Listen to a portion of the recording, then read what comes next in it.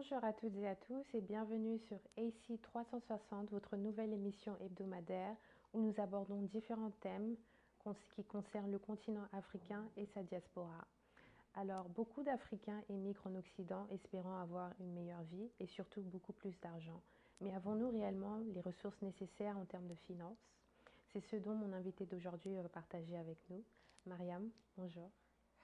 Bonjour Christelle, comment vas-tu? Très bien, et vous, comment allez-vous? Ça va très bien aussi, merci. Alors, vous êtes professionnel des finances et aimez mettre vos connaissances au service de plusieurs communautés et surtout au service de la diaspora africaine. Ah oui, merci, je suis une financière professionnelle. Mhm. Merci pour m'avoir invité ici Je vous en prie. pour que je puisse m'entretenir avec la communauté et Mhm. tout le monde d'ailleurs. Mhm. Merci encore, Ouais. Merci d'avoir répondu à notre invitation. je vous en prie. Alors, comment vous êtes retrouvé dans ce domaine des finances? Est-ce que c'était quelque chose que vous aviez prévu depuis votre plus jeune âge ou c'était plus une occasion qui s'est présentée à vous sur votre parcours professionnel par hasard? D'accord, merci encore pour la question. Moi, c'est Mariam Sabadego, financière professionnelle. Je suis burkinabé de nationalité. Mhm. Burkina Faso, le pays d'Ibrahima Traoré, Oui, l'ancienne Haute-Volta. pays des hommes intègres. Exactement. Vous Ah faites oui, la fierté de toute l'Afrique hein, merci, aujourd'hui. merci. C'est Ouais, l'Afrique qui gagne, voilà, right? c'est ça, exactement. D'accord, merci. Donc, comme je le disais, je suis née à Ouagadougou, Oui, précisément. d'accord. J'ai grandi là-bas, j'ai fait mes études, j'ai mon background du pays. Mhm. J'ai fait le droit des affaires. D'accord. Euh, j'ai eu ma maîtrise en droit des affaires. Mhm. Après ça, je suis allée à l'ENAM, c'est l'école d'administration et de magistrature au Burkina Faso. J'ai fait la gestion des ressources humaines et sortir comme conseiller en gestion des ressources humaines. Mhm. J'ai travaillé un peu avant de venir ici aux États-Unis, Mhm. mais Vous travaillez dans les ressources humaines. oui. D'accord. Et Ok. quand je suis arrivée ici, le problème de pratiquement tous les Africains, la langue, La langue. seulement les francophones, Mhm. c'était un peu difficile. Je me suis adonnée à tout type d'activités, Ok. partant de cleaning. Mhm. Cleaning, c'est Le nettoyage. nettoyage, Mhm. dissouage dans les restaurants, Ok. repasser les habits, Waouh. Vous êtes une femme dynamique, hein, vous avez un peu tout fait, aller quoi. même décharger et charger les conteneurs. Ah bon? Ah oui, je l'ai Waouh. fait. Qu'est-ce que j'ai fait encore? Security. Waouh. J'ai fait delivery, food delivery avec pratiquement La livraison avec Uber toutes Eats. les compagnies, pratiquement. Vous avez fait ça en voiture ou en vélo Et j'ai ou, commencé avec le vélo, et pas le vélo Waouh. Le électrique, vélo. le vélo simple, toute la journée. C'est-à-dire, je peux sortir le matin à 5 heures pour entrer après 22 heures, le Waouh. vélo. Et après ça, Waouh. j'ai fait le taxi, Le taxi, ok, le yellow cab. et j'ai fait Uber, Ok, j'ai Uber. fait Lyft, Waouh. et j'ai fait Yellow Car. Donc vous avez fait toutes les plateformes pour la livraison de nourriture et toutes les plateformes aussi pour... Le taxi. Vous êtes vraiment une femme dynamique, hein, Mariam? Ben, quand on vient ici, on est obligé de Il n'y se a pas le battre, choix, ouais, quoi. oui. Ouais. Et c'est du taxi, de Yellow Cab, que j'ai intégré cette compagnie qu'on appelle World System Builder, Ok. qui est également avec World Financial Group. Ce sont des compagnies financières Mhm. qui couvrent en tout cas tous les États-Unis. Nous Mhm. sommes au Canada également. Mhm. Donc, c'est vraiment grand. Ça, on a beaucoup de membres dans cette compagnie de D'accord. tout genre. D'accord. Pas de discrimination. Donc, D'accord, ok. blanc, Diversity. noir, La diversité, quoi. la diversité. Voilà. Et on a il y a des docteurs, on a des ingénieurs, on a toutes catégories confondues sont dans cette organisation. Mhm. Et je m'y plais, D'accord. franchement, euh, puisque j'avais un certain niveau, background, comme je l'ai dit. Et tu viens ici parce que tu ne comprends pas la langue ou bien tu n'as pas eu rapidement l'opportunité. Tu es obligé de faire tout type de boulot alors que tu peux Mhm. utiliser tes capacités intellectuelles. Mhm. Quand j'ai vu cette compagnie et je vois que ça m'offrait des opportunités, Mhm. la possibilité de m'exprimer Mhm. autrement, je l'ai intégrée et je partage avec d'autres personnes qui ne sont pas moi. Donc, parlant des finances, il faut dire que tout le monde fait les finances. Hein. On essaie de gérer nos petites ressources que nous avons, n'est-ce pas? C'est vrai. Donc, c'est un peu ça. Il faut dire que moi, j'ai eu une maman, ou du moins, j'ai une maman. Pardon, j'ai une maman que j'aime beaucoup. Elle a toujours fait le commerce depuis que nous sommes enfants, les petits commerces pour essayer de gérer la vie. À Ouagadougou. À Ouagadougou, même pour les écoles, même pour l'école. Ma maman a tout fait. C'est elle qui vendait des commerces dans le marché, dans les yards, un peu partout sur la route pour pouvoir financer moi mes études. Et j'ai bénéficié de ça jusqu'à l'université. Et pendant les vacances, nous sommes amenés, mes frères et moi, à aider. Donc, on partait aider ma maman. J'ai même mis les assiettes sur la tête pour aller vendre. Et bien sûr, c'est comme ça, c'est ce qu'elle fait et elle a besoin d'aide. Donc, c'est ce que je faisais. À un moment donné, les vacances, je faisais moi-même mon commerce. Je partais, il y a un marché où on vend du maïs. Qui s'appelle comment? Zaberdaga, marché du soir. Ça, c'est en Morée. C'est en Morée. D'accord. Dans ce marché, on a une dame, une maman également là-bas, que j'aime bien, qui m'a aimée parce qu'elle voit que je suis à l'école. Mais avec tout ça, je viens pendant les vacances pour faire le commerce. Donc, elle me vendait les gros sacs de maïs pour que je grillais sur la route pour revendre. Mais elle me donnait ça beaucoup, donc j'étais obligée de vendre aux revendeurs. Les revendeurs venaient prendre avec moi pour revendre. D'accord, il y avait un extra, quoi. Et donc, vous avez décidé de faire un business par rapport à toute cette marchandise qu'elle vous donnait. Oui, elle me donnait, voilà, en grande quantité parce qu'elle avait confiance en moi. Et elle m'aimait, elle voulait me pousser. Et moi également, je vendais à d'autres personnes, aux revendeurs. Donc, j'ai fait ça jusqu'au collège. Je partais dans les marchés de friperie. Oui. Je prends des tenues ou les maillots de bain pour quand il fait très chaud, les gens veulent aller à la piscine. Donc, on prenait ça. J'ai une amie qui s'appelle Pélagie. On partait trier. On revient dans la classe et puis on vend avec nos camarades de classe. On se fait de l'argent. J'ai fait ça jusqu'à l'université. J'ai ouvert même un kiosque quand j'étais à l'université. Dans l'enceinte de l'université, j'ai ouvert mon kiosque et je vendais des habits. Il y a des missionnaires qui sont là, qui envoient des habits pour vendre, pour aider les orphelins. Donc, je suis partie les voir. Je dis, OK, moi, je suis à l'université. Je n'ai pas de moyens. Je veux que vous m'aidez à faire ce commerce. Habituellement, ils donnent seulement à leurs grossistes, mais exceptionnellement, ils ont accepté de me donner pour que j'aille revendre. Donc, je mettais ça dans mon kiosque. Ou bien en classe, si le professeur finit, il nous donne 10 minutes de pause. Je sors mes habits, je montre, qui veut ça, qui veut ça, qui veut ça. Donc, j'ai fait ça. Après, j'ai divisé le kiosque en deux, habits, et puis sandwich, bissap et autres. En fait, c'est ça. Donc, c'est un peu mon parcours. Donc, je peux dire que je fais les finances à ma manière. J'ai toujours voulu être indépendante, donc il faut le faire. D'accord. Merci. Quel parcours dynamique en tout cas. Donc vous êtes partie des études de droit, de ressources humaines, et ensuite vous êtes venu ici et comme vous n'avez pas pu, il y avait la barrière de la langue, vous avez dû faire un peu toutes sortes de jobs, la livraison, Uber, voilà, le nettoyage et tout ça. Et là, maintenant, vous avez une opportunité de rentrer dans votre compagnie et d'être maintenant dans les finances. Oui, mais il faut dire que je suis allée à l'école pour l'anglais. Je suis allée apprendre l'anglais. Oui. Après ça, j'ai vu que c'était un peu difficile d'apprendre une langue comme ça. On ne peut pas maîtriser toute la langue. Donc, je voulais faire quelque chose qui était... en tout cas, je voulais refaire le droit parce que j'ai fait le droit au pays. Comme je disais, j'ai une maîtrise en droit des affaires. Et mon objectif, je voulais être avocate. Donc, je suis repartie dans les universités ici pour voir s'il y a une possibilité pour moi d'aller à l'école. Est-ce qu'ils reconnaissent même mon diplôme?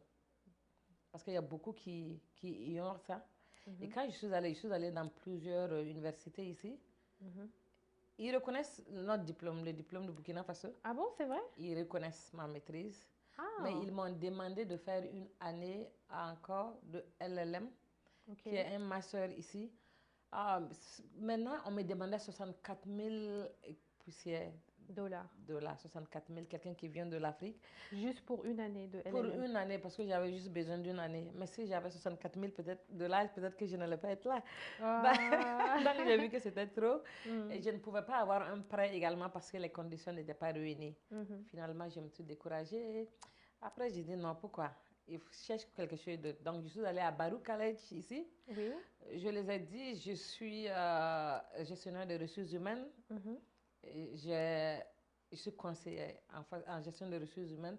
Je veux apprendre l'anglais parce que je n'apprends pas bien, je ne comprends pas, mais je veux apprendre dans mon domaine. Mm. Donc, si il y a des cours comme ça, ou bien il y a un certificat ici, Mhm. dans ce sens, ils m'ont dit oui qu'ils ont ce qu'ils appellent compensation and benefits. OK. Donc, je me suis inscrite, j'ai commencé à prendre les cours, mais mon anglais n'était pas bien. Donc, j'ai demandé à ce qu'on me permette d'enregistrer les cours. Mm. Donc, pendant que le professeur est là, moi, je suis en train d'enregistrer le cours. Et si je vais à la maison, j'écoute plusieurs fois. J'essaie de comprendre, je fais mes recherches, je comprends déjà ce que c'est. Et j'ai bien fini là-bas. Donc, Ah, ah oui. super. Donc, j'ai eu ça, mais je ne l'ai vraiment pas utilisé. Je n'ai pas utilisé ce certificat.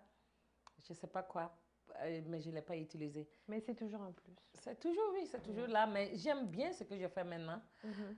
Ah oui, j'aime bien parce que non seulement j'ai appris, je l'utilise pour moi-même à mon compte, mais je partage avec beaucoup de personnes qui ont besoin de connaître. De connaître les finances. Ah oui. Alors, les finances, souvent on entend les gens dans les finances, et c'est un peu vaste le mot finance. Parce que comme vous avez dit, les finances, ça peut être les gens qui travaillent, je ne sais pas, dans les finances, ou ça peut être aussi une personne qui manage justement son propre argent. Alors, les finances en soi, c'est quoi? Lorsqu'une personne dit qu'elle travaille dans le domaine des finances, concrètement, qu'est-ce qu'elle fait? Quels sont les domaines qui sont abordés dans les finances?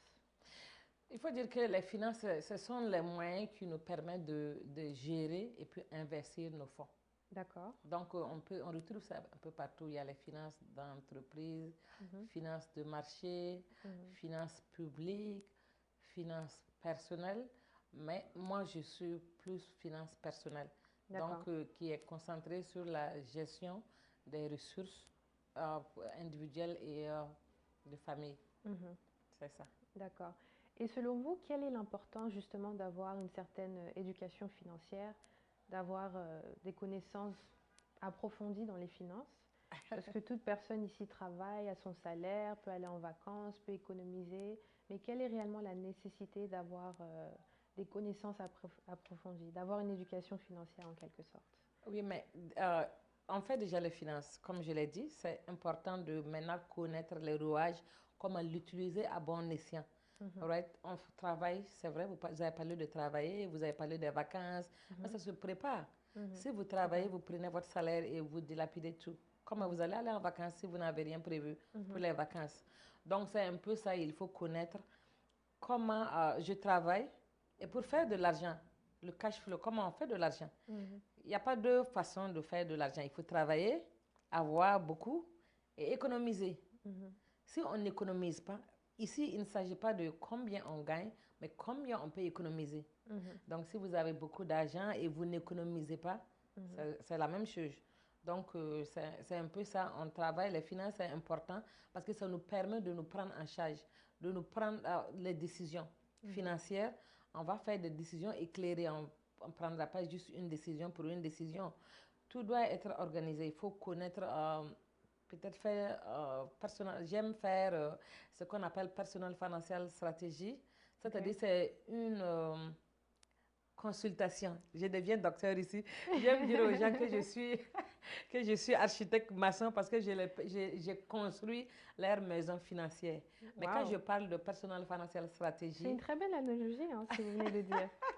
Ah oui, quand hein? je parle de personal financial strategy, ça veut dire que je fais votre consultation Mhm. pour voir, j'utilise vos dépenses, vos gains, vos économies, ce que vous avez comme asset.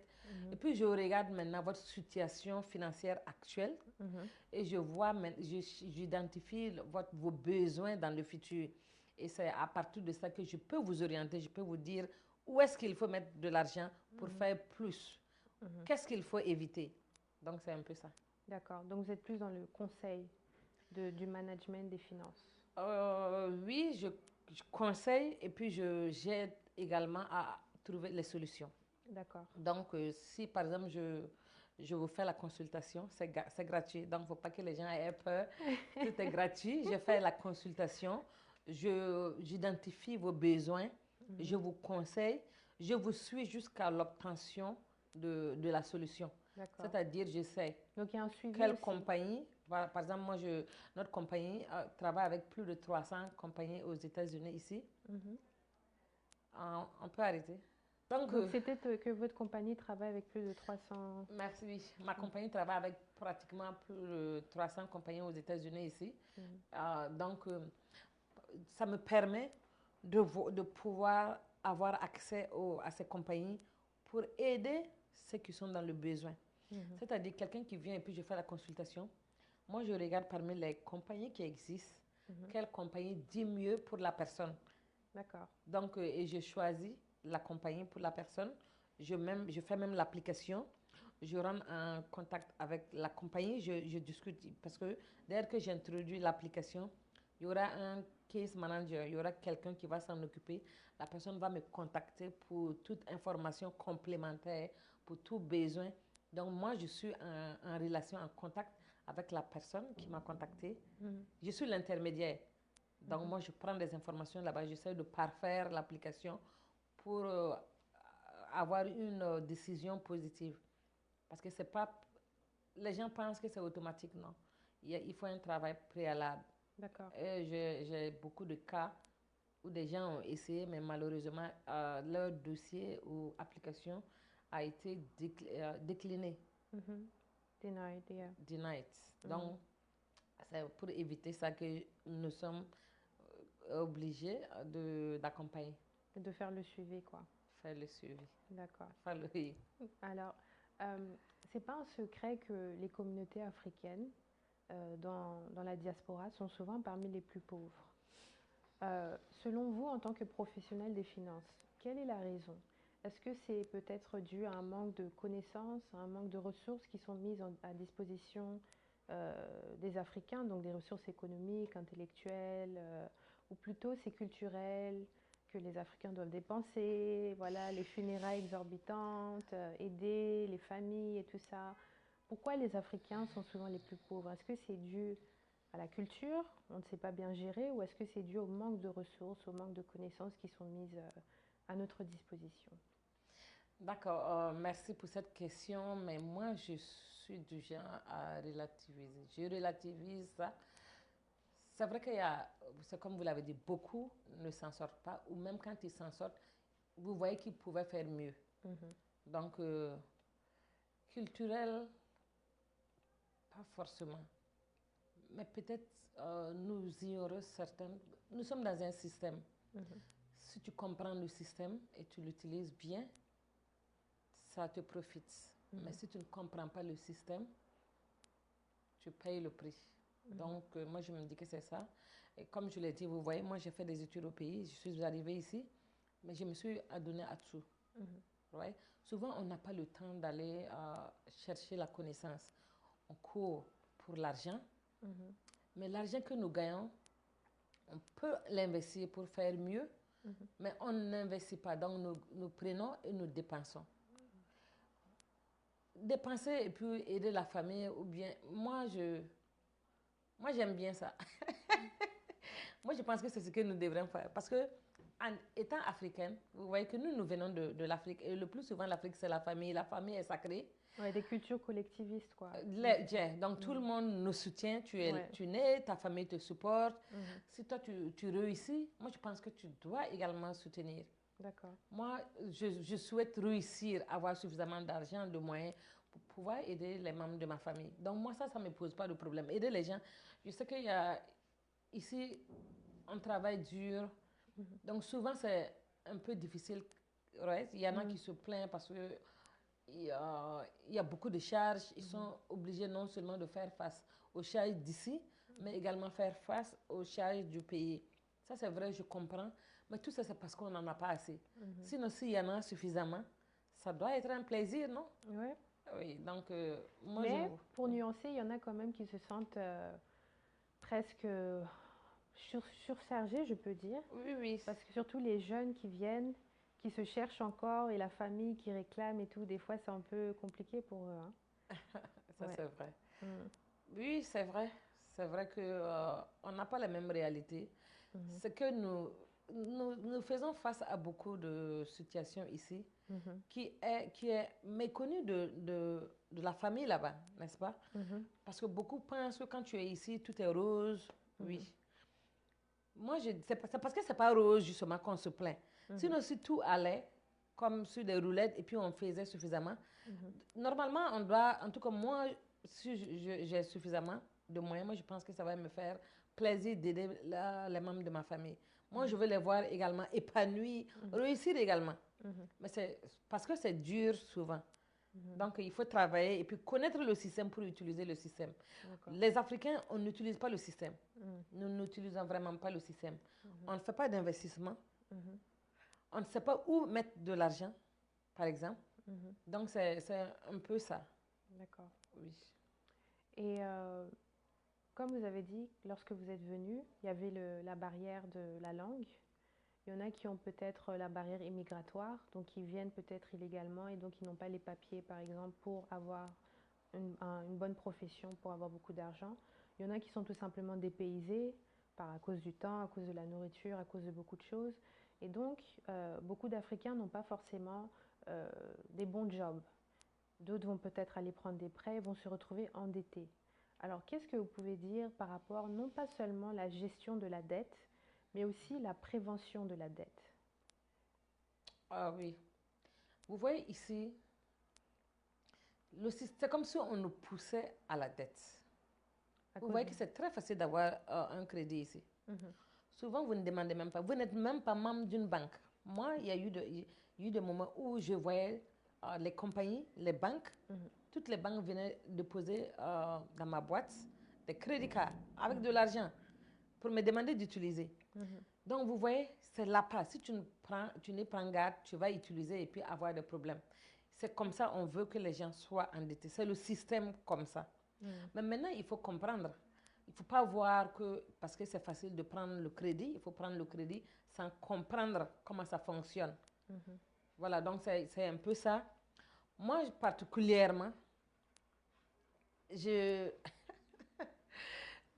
je sais que les gens pensent qu'avoir un crédit, c'est bon. mhm. Mais moi, je vais vous dire que je n'ai même pas de crédit card. Ok, vous n'en avez jamais eu du tout. Non, j'en ai eu, mais je ne l'utilisais pas. D'accord. Par peur ou par connaissance Non, c'était un peu par peur. Je sais que j'avais eu un au tout début. J'ai utilisé peut-être, je n'ai même pas utilisé plus de 100 ou 200 dollars. Mhm, Mais en temps, on me disait que j'avais un crédit. Alors que je disais, quand j'ai pris le crédit card, je croyais qu'on payait mensuellement. mhm, Je ne savais pas qu'il fallait dépenser même et puis payer. Donc moi, je suis allée signer, dire à mhm, la banque de m'enlever de l'argent chaque mois. Avant mhm, même de prendre un crédit, je ne savais pas. mhm, Donc pour moi, il n'y a pas de problème. Ils me coupaient. mhm, Mais en temps, on me disait que j'avais de l'argent, je les dois. Et moi, je ne comprenais pas comment je peux vous devoir si vous enlevez de l'argent dans mon compte chaque mois. mhm, Donc, j'ai cherché à comprendre. J'ai dit que je ne voulais pas, je ne voulais plus d'arrêter. mhm. Même pour arrêter, c'est pas facile. Ils ne veulent pas arrêter. Ouais, bah oui, parce que ça leur bénéficie. Donc, Non, mais moi, j'ai été obligée de me plaindre pour qu'on arrête. Et ils ont arrêté. Et depuis ça, jusqu'à aujourd'hui, même la semaine dernière, on m'a appelé pour que je vienne prendre un crédit card. C'est important quand on veut faire des réalisations parce que quand tu utilises ton crédit card, tu gagnes des scores. Ouais? ouais. Donc, si tu veux faire un investissement en tout cas de taille, ça te permet de prendre du crédit. Mhm, Mais comme moi, je ne sais pas si c'est par peur, je ne suis pas crédit. J'aime vivre comme au pays. Je fais mon argent et puis je paye ce que je veux. voilà. Ce n'est Mhm, pas la bonne forcément solution parce que mhm, beaucoup de personnes ne peuvent pas faire ça. Moi, le plus souvent, je fais ce que je peux faire. d'accord. Si je ne peux pas faire, je n'essaye pas. Mhm, Donc, je suis un peu différent. mhm, C'est dans ce sens, en tout cas, vivant aux États-Unis, parce que c'est comme je l'ai dit, la dette, c'est la coutume. mhm, Donc, c'est un peu ça. Et puis, ce que les gens ne comprennent pas, le système ici, c'est compounding. Compounding, ça veut dire que quand tu as une dette, avec le temps, ça s'augmente parce qu'il y a les intérêts que tu payes. Donc, si par exemple une personne a une dette de 20 000 dollars, ça ne va pas rester 20 000 dollars. Au travers du temps, ça va augmenter. OK, vous avez une dette de 20 000 dollars, right? Mhm. On vous applique un taux d'intérêt pour la D'accord. banque. Oui. Maintenant, ce taux d'intérêt, la banque va vous demander, la banque, ou pas seulement la banque qui fait des crédits, Mhm. l'institution qui va vous donner le crédit va dire, OK, nous voulons que vous pouvez payer juste le minimum. Voici le taux d'intérêt. Et Mhm. vous acceptez, vous payez le minimum. Mais puisque c'est le minimum, vous payez le juste minimum Mhm. avec le temps. Comme j'ai dit, système compounding, ça varie, ça va avec le taux d'intérêt. Et puis, on appelle la règle de 72. Donc, La règle de 72. la règle de 72. Donc, pour comprendre quand est-ce vous pouvez doubler votre argent, si c'est en termes d'investissement, vous divisez les 72 par le taux d'intérêt. OK. Donc, vous savez, si vous, ça va correspondre au temps. Donc, si vous avez 10% comme Mhm. taux d'intérêt, Mhm. ça c'est côté investissement. Vous investissez et vous avez 10%. Vous divisez 72 par 10, combien vous trouvez? 7,2. 7,2. Ça veut dire que chaque 7 ans et 2, vous doublez votre argent. Si vous avez 100 000, par exemple, vous avez 100 000, 7 ans et demi, vos 100 000 devient 200 000. OK. 7 ans et demi encore, Ça devient 400 000. 400 000. Et 7 ans encore, ça devient 800 000. Et Ah, ainsi de suite. oui, ainsi de suite. Donc, parce que c'est compounding. Si D'accord. on l'applique également aux dettes, vous Mhm. divisez 72 par 10. Mhm. 7,2. Et le plus souvent, le taux d'intérêt, ça dépasse 10. Ouais. Ça peut Ouais. aller Il y en jusqu'à a qui vont même 18, jusqu'à 20. 20, 20. Ouais, Donc, ouais. si c'est 20, vous allez diviser les 70 par 20. Ça va être combien? Je ne sais pas, autour de 4, on n'a pas essayé, on n'a pas calculé pour voir. 70 divisé par 20. 72. 72 divisé par 20, ça peut être autour de 3 et quelques. 3,7, quelque chose comme ça. D'accord, donc, donc ça veut dire que chaque 7 ans, 3 ans et quelques, Mhm. vous doublez la dette D'accord. au bénéfice de l'institution qui vous a accordé la dette. Vous D'accord. perdez. Mais eux, ils gagnent. C'est normal parce que c'est là. C'est pour ça qu'il faut l'utiliser Mhm. pour investir, pour avoir plus. C'est pour ça que je dis, beaucoup ne comprennent pas. Mhm. Si nous comprenons, nous sommes venus ici, par exemple, pour chercher, pour faire de l'argent. Mhm. Si je sais qu'en mettant mon argent ici, je fais le double à un certain temps, pour que je ne mettrai pas mon argent là-bas, vous voyez? Ouais. Et le plus souvent, beaucoup ont de l'argent qu'ils déposent dans les banques. Mhm.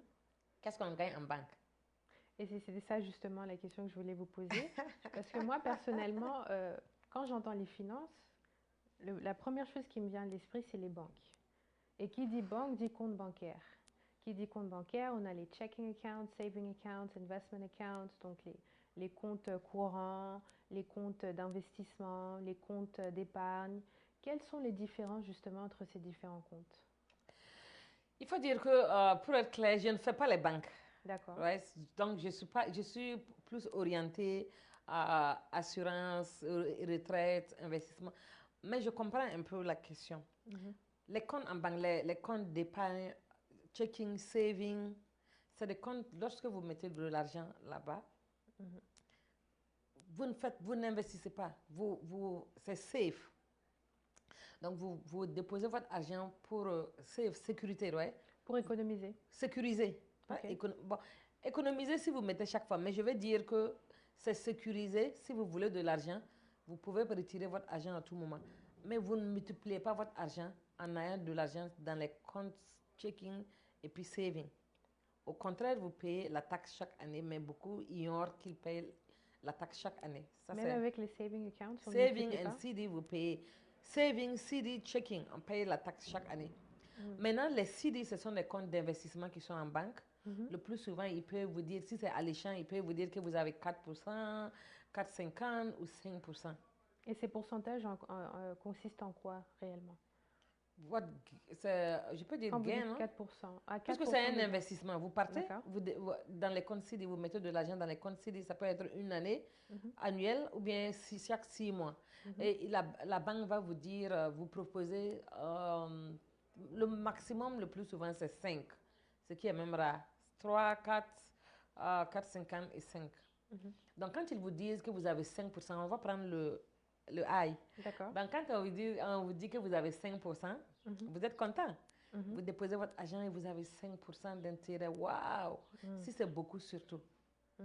Mais ce que les gens ignorent est qu'il y a l'inflation. Les taux d'inflation, ça croît chaque année. Et le minimum, c'est 3,50. Donc, si la banque vous donne 5% et l'inflation, c'est 3%, vous avez combien? En plus de ça, il y a la taxe que vous allez payer chaque année. Si on dit que la taxe c'est 1%, donc 3% ou 3,50% plus 1%, c'est combien? 4%, 4 ou 4,50%. Donc, avec la banque, vous avez 1% ou bien vous avez 0,50 ou 0,75%. Si j'applique la règle de 72, vous divisez 72 par 1. Dans les 5%, puisque vous allez payer la taxe, 1%, vous allez payer, il y a l'inflation, 3 ou 3,50. Il vous reste 3, on prend 3, il vous reste 1%. Vous divisez 72 par 1. Ça fait combien? 72. Donc, avec là-bas, il faut attendre 72 ans. Si on applique cette règle, 72 ans, pour que votre argent double. Dans la vie courante, dans la vie humaine, d'un être humain, on a combien de fois 72? Une fois, hein, Ah oui, hein. Et d'ailleurs, il y en a même qui n'arrivent pas à 62. Donc, vous voyez que pratiquement, c'est un peu difficile de doubler de l'argent en banque. C'est pour ça qu'il faut mettre ailleurs. Et pour ça, je suis là, votre conseillère. La conseillère, l'architecte pour bâtir votre maison financière. D'accord. Donc, vous pouvez me contacter. J'ai oublié de dire ça parce que le plus souvent, je suis friande de dire « Ah, je suis Mariam, voici mon numéro de téléphone. » Mais il n'y a pas de problème. Donc, c'est un peu ça. Il faut connaître seulement le système. Si vous comprenez le système, vous pouvez vraiment l'utiliser à bon escient, comme je l'ai dit. D'accord. Donc, pour vous, les comptes checking et tout ça, ça ne sert à rien. Il faut plus miser sur les comptes d'investissement. Bien sûr que ça sert à quelque chose. Ce sont des comptes, comment on dit, pour la sécurité. Mais il ne faut pas mettre beaucoup d'argent en banque. Mettez l'argent pour dire que si j'ai besoin d'argent, tout de suite, dans 1 heure, je peux aller récupérer. Ça doit être juste pour emergency fund. Mais ne mettez pas suffisamment d'argent parce que l'argent que nous mettons en banque, la banque utilise ça également pour investir. Les endroits dont je parle là, les comptes dont je parle là, la banque met l'argent là-bas. Donc, quand vous donnez l'argent à la banque met l'argent là-bas pour faire plus. Pourquoi vous allez prendre votre argent donné à la banque pour qu'elle ait investi, elle prend l'intérêt et vous avez toujours ce que vous avez donné. Pour qu'elle n'ait pas vous-même investi. Devenir votre propre banque. Faire comme la banque. Oui, c'est vrai. Donc c'est ça. D'accord. Et vous avez parlé des assurances. Vous avez dit que vous êtes plus dans les assurances. On entend souvent assurance vie, assurance santé, tout ça. Quelles sont justement les différences entre les assurances? Et pourquoi c'est bénéficiaire d'en avoir? Pourquoi, par exemple, l'assurance vie est nécessaire à avoir? D'accord. Vous avez de la famille ici au pays? J'ai de la famille ici, j'ai de la famille en France, j'ai de la famille au Congo, partout. Une famille que vous aimez bien, oui? Bien sûr. Ok, vous êtes là, vous travaillez, vous faites beaucoup de sacrifices. Si vous avez par exemple des enfants, ouais, et les enfants sont de bas âge, même s'ils sont grands, vous travaillez. Mais comme je l'ai toujours dit, on n'est pas Dieu, personne ne sait quand est-ce qu'il repart. Donc quelque chose peut arriver de façon brusque, on peut perdre sa vie. Et on a de la famille que nous aimons. On n'a rien laissé. L'argent que nous avons, que nous déposons en banque, on ne peut pas en avoir assez pour suffire pour les membres de la famille. Mais quand on prend une assurance vie, c'est quoi? Son importance d'abord, c'est pour protéger sa famille. C'est un contrat. L'assurance vie, c'est un contrat conclu entre un assureur, c'est-à-dire une compagnie, et puis l'assuré qui peut être une personne physique ou une personne morale. Donc, c'est pour garantir le risque. Donc, vous dites quoi? Parce que pendant que je suis en vie, je prends en charge ma famille. Mais si j'ai le risque de mourir précoce, si je meurs maintenant, qui va s'occuper, qui va faire ce que je faisais avant? Donc, votre contrat avec l'assuré, l'assurance, par exemple, C'est si quelque chose vous arrive, ou bien vous perdez votre vie, ou bien même vous êtes en vie, mais vous êtes invalide, vous ne pouvez plus travailler, vous ne pouvez plus faire de l'argent, que l'assurance prenne le relais. Donc, gérer ce que vous aviez l'habitude de gérer, s'occuper de vos enfants en leur donnant une somme d'argent que vous allez décider avec la compagnie ensemble. Puisque toute assurance, vous connaissez déjà combien vous payez comme prime, parce que vous allez le payer. Le contrat, votre contrepartie, c'est payer la prime. Donc, vous allez payer la prime et l'assurance se charge ou bien se charge ou se fait le devoir de vous payer ou de payer à la famille en cas de décès. D'accord. Donc, c'est un peu ça. Donc, l'objectif primaire, c'est protéger la famille. Mais il y a différents types d'assurance. L'assurance, ce n'est pas seulement pour après le décès. Donc, c'est la compréhension que beaucoup ont. Donc, je prends une assurance. Si je ne suis pas là, on aide ma famille. Il y a des gens qui ont eu à me dire, non, non, non, moi, mes parents ne m'ont rien laissé. Mes parents n'ont pas pris une assurance pour moi, donc je ne prends pas d'assurance pour mes enfants. Mais ce qu'ils oublient, tout ça, c'est parce qu'ils ne savent pas qu'il y a différents types d'assurances. Donc, il y a des assurances qui permettent aux gens de faire de l'argent. Ah bon? C'est dans ça que tout le monde aime. Les richards que vous voyez, ce n'est pas seulement le travail physique, non. C'est parce qu'ils ont mis l'argent quelque part et ça leur rapporte. Par exemple, la règle de 72 dont j'ai parlé, si vous avez un taux d'intérêt de 10%, il y en a qui ont des taux d'intérêt de plus de 10%. Donc, quelqu'un qui peut avoir plus d'argent, qui a 100 000 ou bien 1 million, il dépose là-bas. Donc, s'il dépose 1 million et il a un taux d'intérêt de plus de 10%, souvent plus. Sur 7 ans, donc si on utilise la règle de 72, sur 7 ans et 2 mois, ça devient 10 millions. 7 ans, si c'est 10%. Si le taux d'intérêt est supérieur à 7 ans, à 10%, ça veut dire que la personne va faire son argent à moins de 10 ans. Ah bon, d'accord, ok. Mais est-ce que c'est fréquent d'avoir ce taux d'intérêt-là ou c'est restreint à une certaine catégorie d'individus? Non, ce n'est pas restreint. Il faut avoir... Ok, je peux dire que c'est restreint parce que ce n'est pas donné à tout le monde. Ça, c'est vrai. Il y a des conditions qui sont regardées par les compagnies. Il y a conditions de santé. D'être en bonne santé? Oui. Parce que n'oubliez pas que c'est quand même une assurance. Oui. Donc, si vous avez le contrat, vous allez leur payer la prime. Et puis, avec le temps, vous prenez beaucoup. Mais si vous prenez l'assurance aujourd'hui et puis ils signent le contrat, c'est conclu, vous avez payé votre prime et vous rentrez la nuit, vous ne vous réveillez pas, l'assurance a l'obligation de donner ce qu'on appelle death benefit, l'argent qu'ils ont prévu ou bien promis de donner à la famille, ils vont donner à la famille. Ça veut dire que vous avez payé la prime une seule fois. D'accord. Mais quelque chose vous est arrivé la même nuit, l'assurance a l'obligation de donner de l'argent à la famille. Alors que ça coûte, c'est des millions. Quelqu'un peut aller dire, je veux une assurance d'1 million, de 2 millions, tout en sachant qu'il est malade. L'assurance ne va pas prendre le risque. L'assurance va voir d'abord si vous êtes éligible avant de vous accorder l'assurance.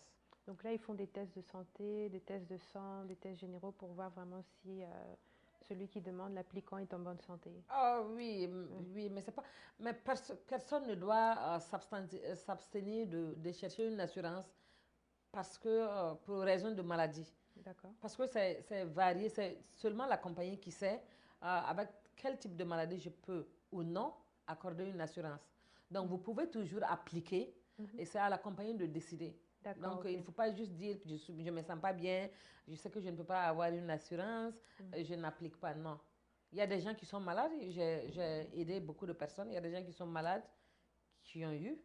Il y en a également qui n'ont pas eu pour raison de maladie. Donc, je dis aux gens, quand on est jeune, quand on se sent bien, il faut chercher à se protéger.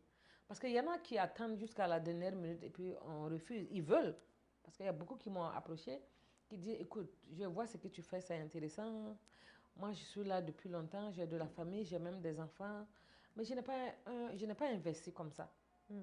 Je n'ai pas investi. Donc, j'aimerais avoir une assurance, au moins pour protéger ma famille. Moi, je vais soumettre l'application. Et la compagnie refuse parce que ça ne va pas, ils sont malades. Pourquoi attendre? D'accord. Il faut le faire quand on est bien portant. Ça revient moins cher. Tu as la possibilité d'avoir le def bénéfice qui est vraiment élevé. Quand on est jeune, on peut avoir facile. On peut prendre une assurance d'1 million ou plus d'1 million et payer moins cher. Parce que ça varie avec l'âge. Quand on est vieux, on se dit que tu es... Tu es plus proche de la mort. Je n'ai rien dit. Tu ne sers plus à rien, quoi. Non, tu sers à quelque chose, mais la compagnie va mettre des garde-fous. Ouais, Donc, ça ouais. va être un peu plus cher. Donc, Donc, c'est toujours bien de faire quand tu es jeune D'accord. et tu l'as. D'accord, ok. Et on peut prendre des assurances même pour ses enfants. Donc, quand on a parlé de la règle de 72, right? Oui. Si quelqu'un prend une assurance comme ça pour son enfant, même si c'est un peu, tu mets juste un peu, tu n'as pas besoin de mettre $100. Tu peux même mettre, il y a des assurances de moins de $100. L'enfant est en train de cotiser. Et l'argent qu'il cotise est en train de se multiplier, right? Accroître. Donc, le temps que l'enfant ait 20 ans, 25, 30 ans, l'enfant a déjà, il y a des enfants qui, à 30 ans, ils ont déjà le million. Parce que leurs parents, dès le plus bas âge... a déjà pris une assurance pour eux. D'accord. Donc, c'est un peu ça. Il y a ceux qui ont les business et qui ne savent pas qu'avec l'assurance vie, ils font de l'argent. Quand on a l'assurance vie, on ne paye pas de taxes. Ah bon? L'assurance vie permet d'éviter la taxe. Il y a quoi encore comme bénéfice? Il n'y a pas de taxes. Il n'y a pas ce qu'on appelle... Ça, c'est pour les gens... Dans les comptes de retraite. Ça, c'est pour les gens qui ont un business, hein? Même si tu n'as pas de business, quand tu as de l'argent dans l'assurance, oui. Il n'y a pas de... Il n'y a pas de taxes. Il n'y a pas de taxes. Ah bon? Et le plus souvent, quand tu payes ta vie et puis tu as une assurance, on ne garde pas l'argent, on sort l'argent pour les besoins de la famille. Alors qu'en banque, par exemple, ou bien dans les autres comptes, si vous avez de l'argent, même si vous avez le milliard, et vous perdez votre vie aujourd'hui, ils vont essayer de bloquer l'argent pour voir si vous devez à d'autres personnes ou bien aux institutions. Ils vont voir d'abord. Maintenant, si vous devez, ils vont essayer de payer tout le monde, tous vos débiteurs. Ils vont payer tout le monde avant de vous de donner le reste à la famille. Voilà. Maintenant, si vous ne devez pas, aussi, ils vont donner à la famille. Mais ça peut prendre 2 ans ou plus de 2 ans, ce processus. Donc, si vous perdez votre vie aujourd'hui... Attendez. Donc, vous êtes en train de dire que si une personne a $1 milliard dans son compte et qu'elle meurt, ça peut prendre jusqu'à 2 ans pour que cet argent soit donné à sa famille? Souvent, ça dépasse. Si vous regardez les célébrités ici, beaucoup ont perdu leur vie et la famille ne peut pas prendre l'argent. C'était d'ailleurs le cas de Michael Jackson. Il n'est pas le seul, il y en a plein. Ok. Parce qu'ils n'ont pas prévu, ou bien ils n'ont pas fait de ce qu'on appelle trust. Trust, c'est... quand on décède, c'est qu'on a le testament? Le will. Merci, testament. Il y a des gens qui n'ont même pas ça. Donc, souvent, ça pose problème. Alors qu'on peut faire ça gratuitement pour des gens. Tu ne peux pas avoir de l'argent et puis tu n'as rien prévu. Tout ça, c'est pour ça que je dis, en fait, je ne voulais pas rentrer dans des détails parce que c'est vraiment pas le lieu. Le plus important, c'est faire connaître un peu ce que je fais pour que les gens puissent rentrer en contact avec moi, pour qu'on le fasse tête à tête. Moi, je fais tête à tête pour... De manière individuelle, quoi. Voilà, de manière individuelle. Mais bon, c'est bien, on a parlé un peu de tout ça. Mais j'aide les gens dans ce domaine également. Mais j'aimerais rebondir sur ce que vous avez dit. Vous avez dit que les gens qui ont l'assurance vie, des fois peuvent l'utiliser tout en étant vivants. Ils peuvent prendre de l'argent dedans et l'utiliser pour leurs propres besoins. Bien sûr, puisque c'est un compte qui vous permet de faire plus d'argent. Right? Bon, comme aujourd'hui, c'est... Sinon, je pouvais même faire une illustration. Vous allez voir, plus vous mettez de l'argent, plus vous faites de l'argent au milieu, et cet argent vous appartient. Si vous voulez investir, payer une maison, faire un business, vous récupérez cet argent qui vous appartient. D'accord. Et vous avez la protection encore pour votre famille. D'accord. Combien de personnes le savent? Très peu. Hein. Oui, c'est pour ça que je vous dis, ici aux États-Unis, c'est dans l'assurance, les millionnaires ont leur argent. Donc, avoir une assurance vie, c'est aussi un investissement, c'est ce que vous êtes en train de dire. Non, on ne peut pas dire que c'est un investissement. Parce qu'aux États-Unis, tout ce qui est investissement, l'État tape. L'État ne joue pas avec sa taxe. Donc, nous disons que c'est une assurance vie. D'accord. Donc, comprenez. À votre manière, à votre guise. Et vous faites de l'argent sans payer la taxe et puis il n'y a pas de règles. Si c'est par exemple les comptes de retraite, vous savez qu'il y a un temps pour sortir l'argent. On ne sort pas l'argent comme ça. Vous pouvez le faire, mais vous allez perdre. D'accord. Donc il y a ça. Je ne sais pas si vous avez une question, vous voulez poser une question un peu sur ça. De façon vague, je peux répondre aussi. Ok. Vous pouvez juste continuer, hein. Voilà, donc je disais que les comptes de retraite, il y a des gens qui ont la chance d'avoir ce qu'on appelle le 401k au niveau de leur service, de leur compagnie. Ça, c'est le plus souvent un compte de retraite qui est financé par non seulement le travailleur, l'employé, et puis le boss, l'employeur. D'accord. Donc, c'est lui qui crée le compte. Il vous permet de contribuer. Lui également, il contribue une partie. On appelle match. Donc, il contribue. Et puis, l'argent là-bas, ça croît jusqu'à ce que vous ayez la retraite. Vous ayez 65 ans et demi. Vous pouvez retirer votre argent. Vous pouvez également retirer avant d'aller même à la retraite si vous avez 59 ans et demi. Mais la limite, c'est 59 ans pour avoir accès au 401k. Pour avoir accès au 401k, ce n'est pas seulement le 401k, il y a beaucoup d'autres comptes. Il y a Annuity, il y a IRA. Donc, tout ça, c'est... Vous pouvez avoir l'argent avant 59 ans et demi, mais le problème ici, c'est que vous allez payer une pénalité. Et la pénalité, c'est 10%. Donc, imaginez si vous avez de l'argent, 100 000 $, votre tax bracket, c'est 25%. Vous allez payer la taxe à 25%. Mais parce que vous retirez l'argent avant d'atteindre 59 ans et demi, vous allez en plus des 25% que vous perdez. Pas perdre, c'est la taxe, donc on ne dit pas que c'est une perte. Donc, en plus des 25% que vous allez payer pour la taxe, vous allez encore payer les 10%. De pénalité. Plus, 25%. Ça, c'est une pénalité parce que vous avez retiré l'argent avant d'atteindre 59 ans et demi. J'ai fait ça pour une maman il n'y a pas longtemps. Elle voulait récupérer son 401k. Elle ne travaille plus avec la compagnie. Elle m'a appelé et puis dit, écoute, moi j'ai de l'argent, je veux payer une maison parce que je suis fatiguée de payer le loyer chaque fin de mois. Donc je veux payer ma maison. Mais j'ai un peu d'argent avec le 401k dans mon compte. Donc je veux récupérer. Et je lui ai demandé, quel âge avez-vous, maman? Elle me dit, j'ai 58 ans. J'ai dit, ok, 58 ans, c'est bon, mais si vous récupérez l'argent actuellement, vous allez payer la pénalité. Pourquoi prendre maintenant? Attendez. Juste un an, quoi. Un an et demi. Elle me dit, non, j'ai besoin de mon argent. J'ai tout fait, mais elle voulait son argent pour payer la maison.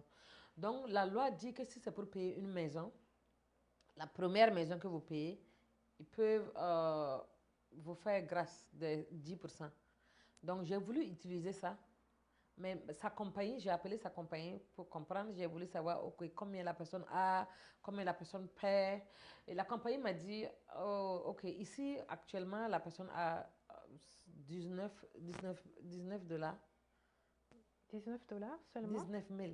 Ah, 19 000. D'accord. 19 000 et poussière. OK.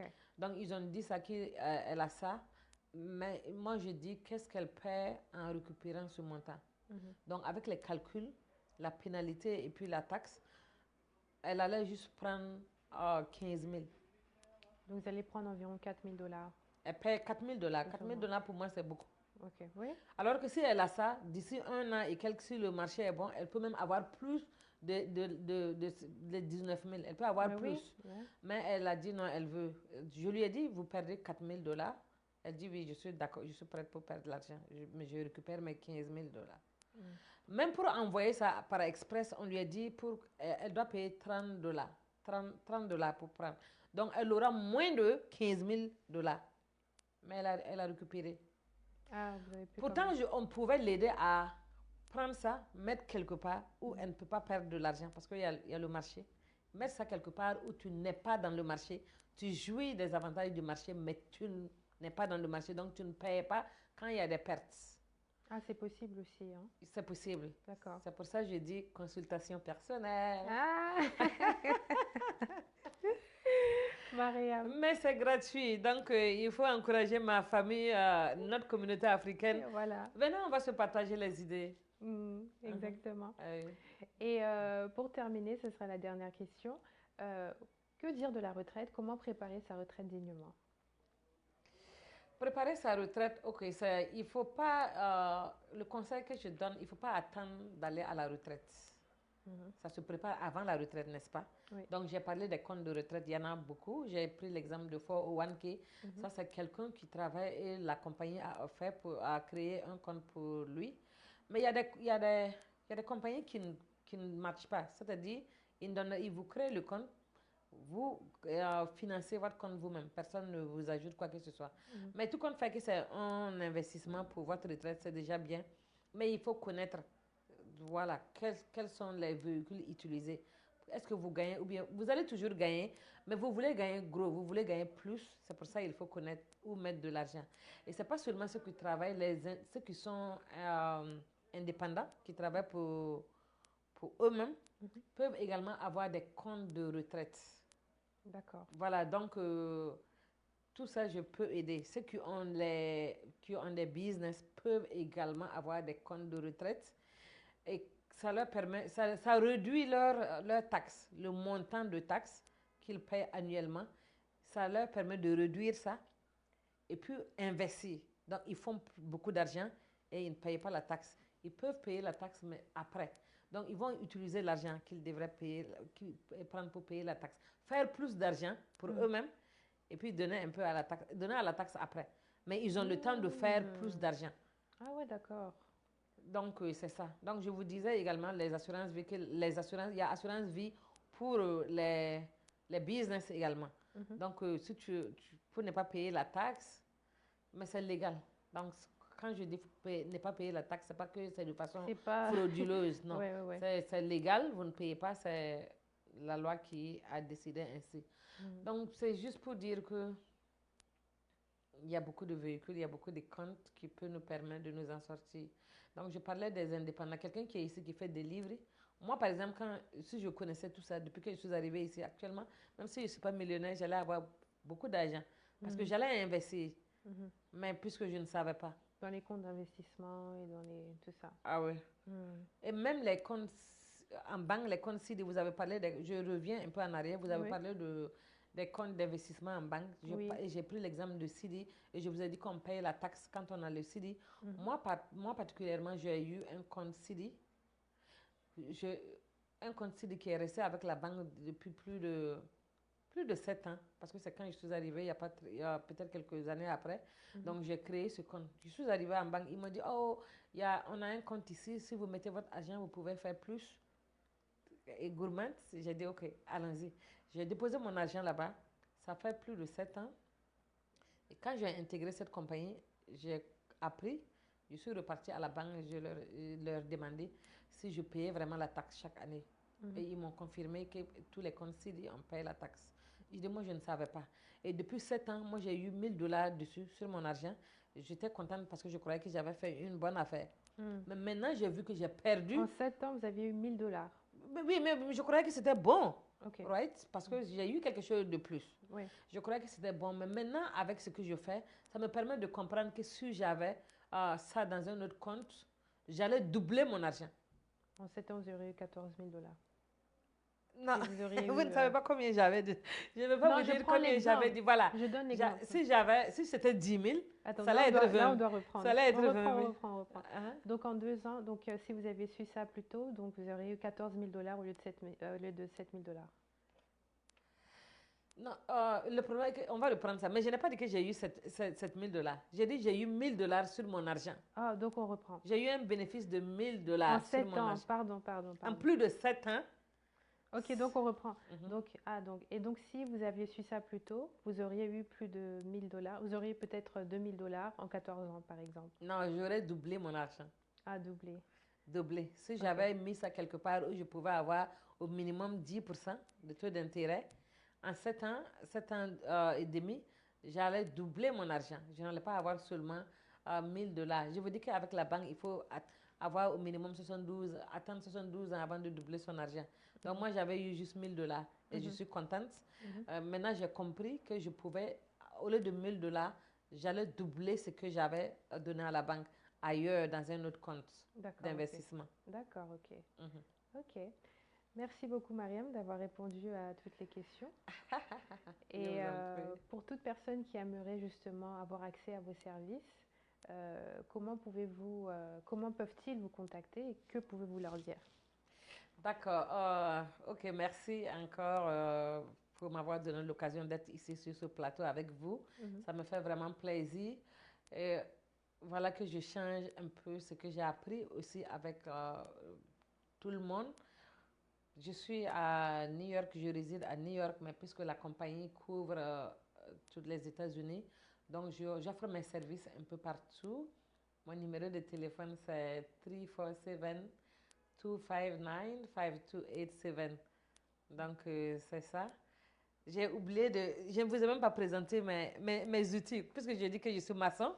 Et tout maçon, Tout maçon, les gens rient. les Donc, outils. quand on parle de brouette, de quoi, tout ce qu'on utilise, mètre, Ouais, tous les ustensiles, quoi. les outils qu'on utilise pour la construction. Oui, Donc, ça, c'est Saving Your Future.